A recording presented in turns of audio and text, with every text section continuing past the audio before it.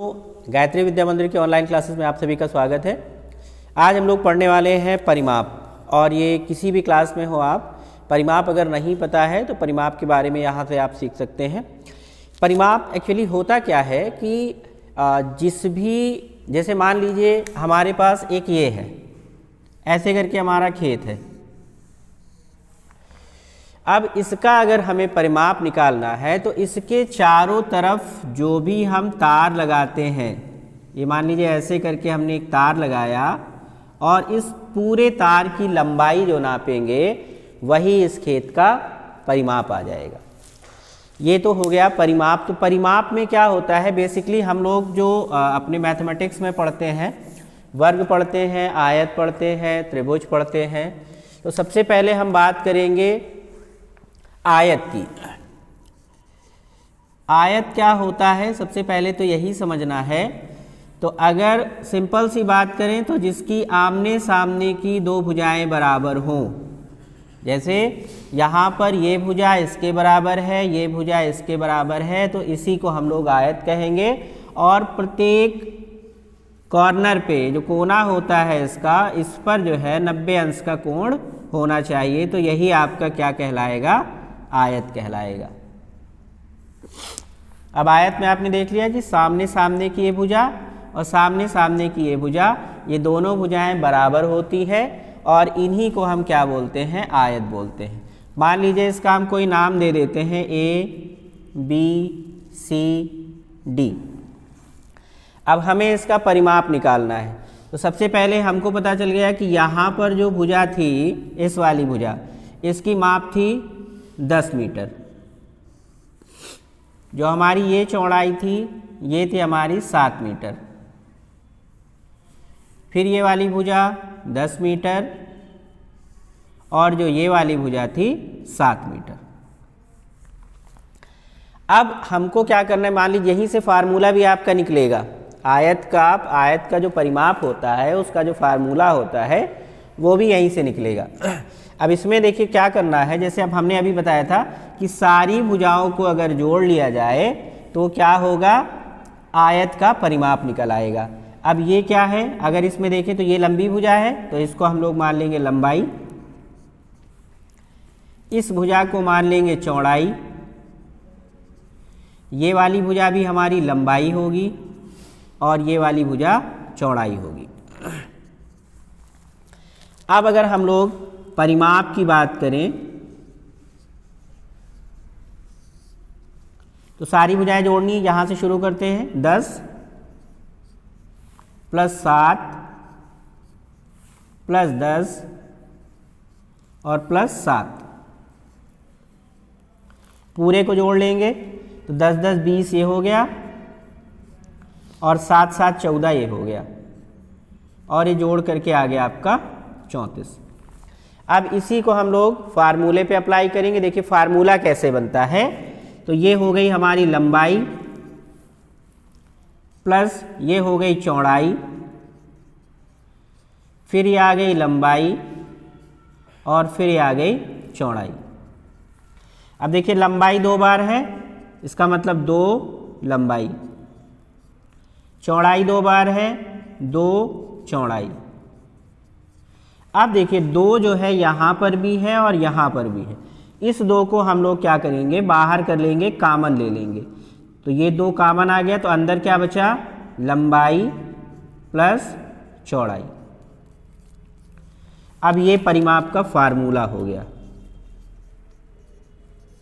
अब इसको हम लोग अप्लाई कैसे करेंगे वो देखते हैं। तो देखिए अब यहाँ पर फार्मूला हमको पता है, परिमाप बराबर होता है 2 लंबाई प्लस चौड़ाई। क्वेश्चन है आपके पास, लंबाई दी हुई है 10, चौड़ाई दी है 5। अब इसी को हम लोग फार्मूले पे अप्लाई करेंगे। तो जैसे 2 बाहर लिखा हुआ है तो ये बाहर लिखा रहेगा।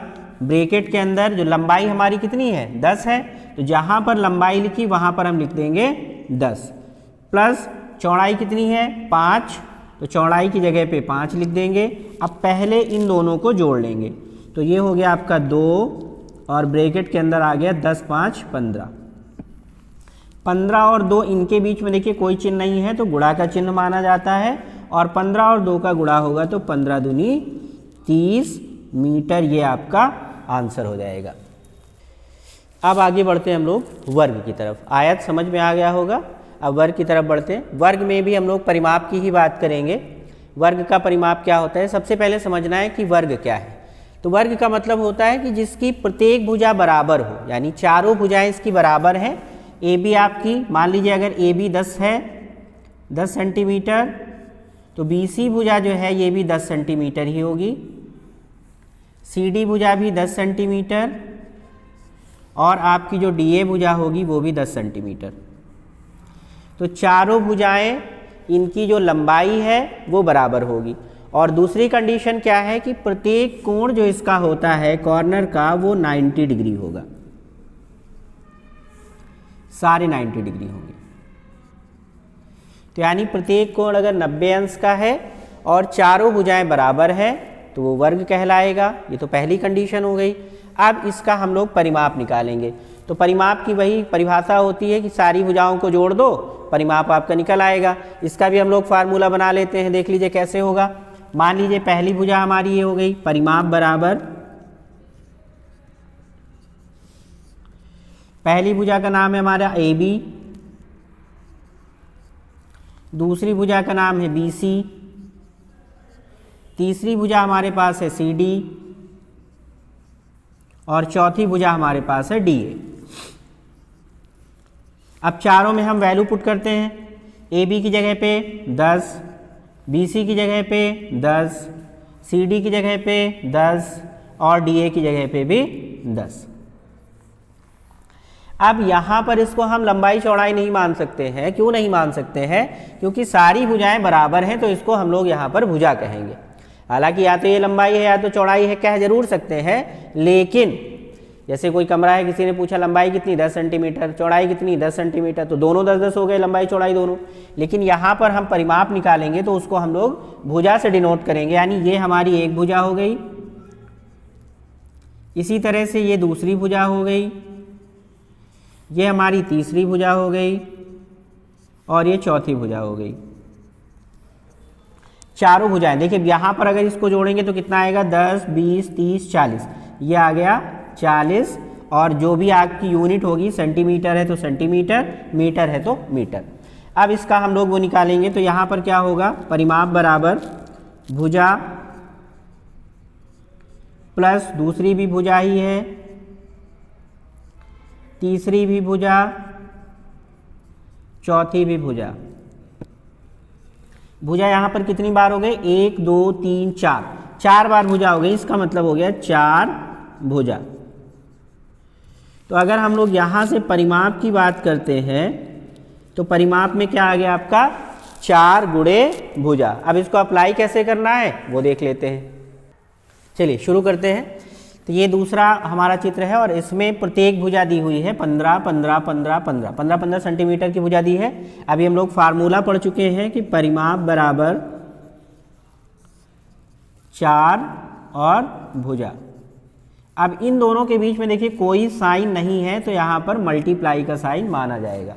तो ये हो गया आपका 4, तो पहले से ही लिखा रहेगा, और भुजा कितनी है 15, और क्या है आगे यूनिट क्या है, सेंटीमीटर। तो 15 और 4 का गुणा करेंगे तो 15 चौको 60 सेंटीमीटर का आपका सेंटीमीटर हो जाएगा। अब आगे बढ़ते हैं हम लोग त्रिभुज की तरफ। त्रिभुज में भुजाओं के आधार पर 3 होते हैं, कोणों के आधार पर 3 होते हैं। तो कोणों के आधार वाले हमको यहाँ ज़रूरत नहीं है, यहाँ पर हम लोग पढ़ेंगे भुजाओं के आधार पर।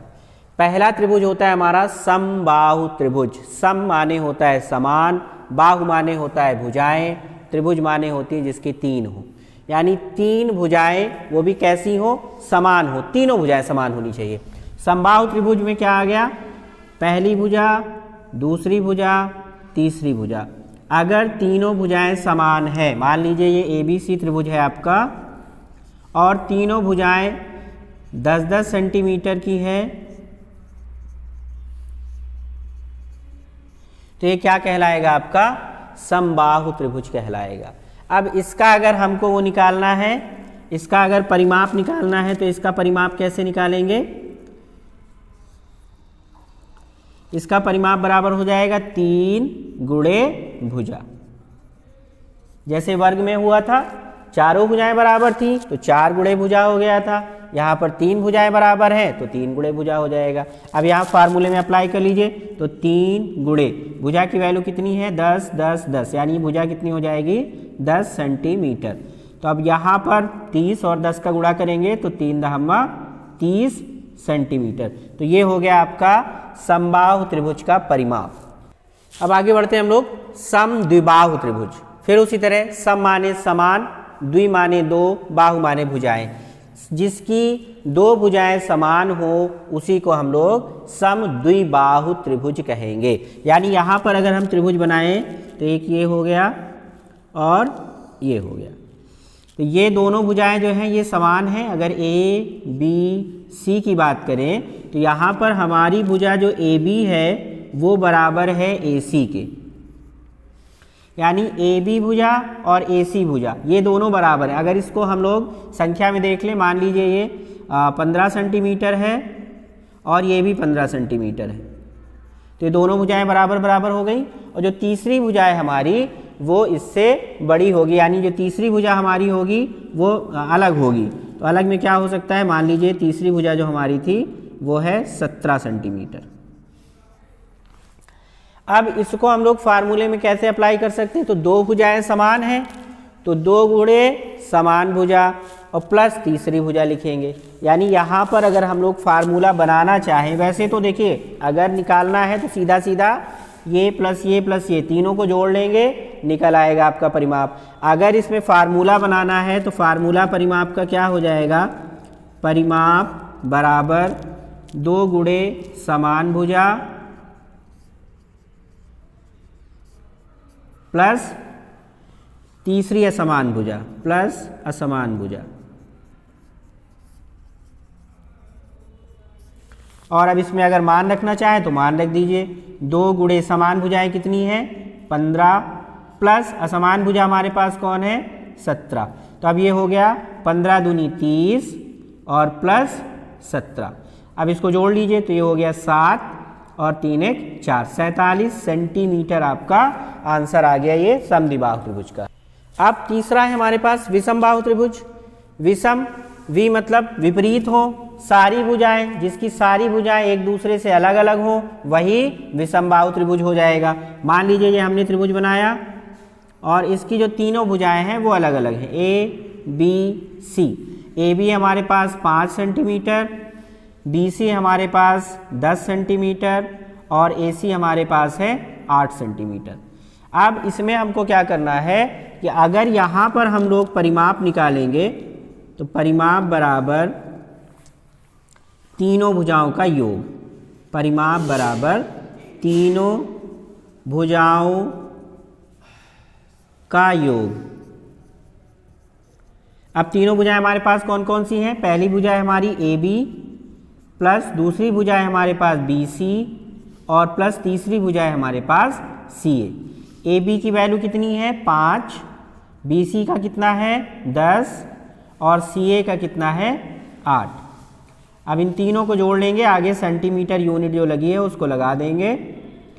तो 10 5 15 और 15 8 23, तो 23 सेंटीमीटर आपका ये आंसर हो गया। तो यहाँ से हम लोगों ने समझा, आयत समझा, त्रिभुज समझा और वर्ग समझा।